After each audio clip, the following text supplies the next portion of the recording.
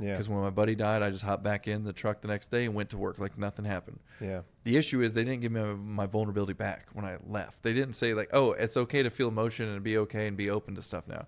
Art and music does that. And it empowers you to tell the stories you want to tell. That's another thing. We don't want to sit across from a shrink and have them tell us about our feelings and us tell them about something that doesn't go anywhere.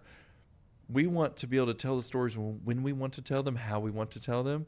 And art and music does that. If tomorrow something happens to someone in my family, I can now turn to my guitar and process it in the proper ways, knowing that if I write a song or do an art piece, it could affect someone in a positive way down the future. Yeah. So I have a positive moment, and that's why I'm building that 24-hour art and music center I told you about. Which, yeah, by the way, before we forget, because you only have a little bit of time left before you get to go, what are you building right now? You've got a church you just got, right? Yeah, and that story's insane. We didn't have the money for this place either, but since I moved to Charlotte Park in Nashville area in 2018, and I drove by this old church that's been abandoned since 17.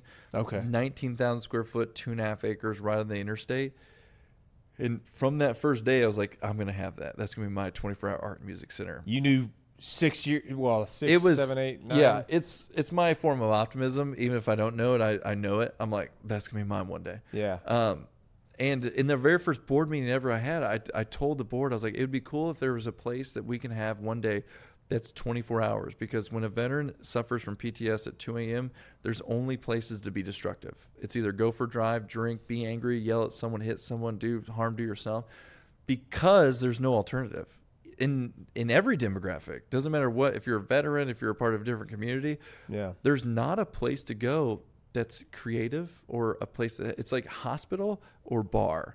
Like those are the only two places you can go. And even sometimes you get turned down from the hospital. You have to go to the emergency room. Yeah. So the idea was that I can go at 2 a.m. and beat the hell out of some clay or write a song or do some woodworking or do something, go to a podcast studio that's in there or go to a writer's room and write anytime I needed to just de-stress. And so in 2018, when I saw that building, I was like, I cannot afford that. We were a $300,000 nonprofit, and this is like probably a $5 million property I was looking at. I was like, that's going to be mine one day. And I just kept driving by it every single day, twice a day, going back and forth. Yeah. And then in 2020, we started renting space because I got a really crazy deal from a veteran we served down on 12th Avenue in Nashville. And throughout the whole process, though, I was like, I want that church. So I would email the council member and be like, hey, what's up with this church? What's up with this church? Finally, I got on the phone with him, and he told me about this church. He's like, hey, these guys own it. They're going to develop it. They want to put a hotel here, but the city probably won't let them do it because of the ingress, egress, where it's at, location base. I was like, well, if it's ever for sale, just let me know. Knowing I don't have the money for it, I just kept saying, let me know.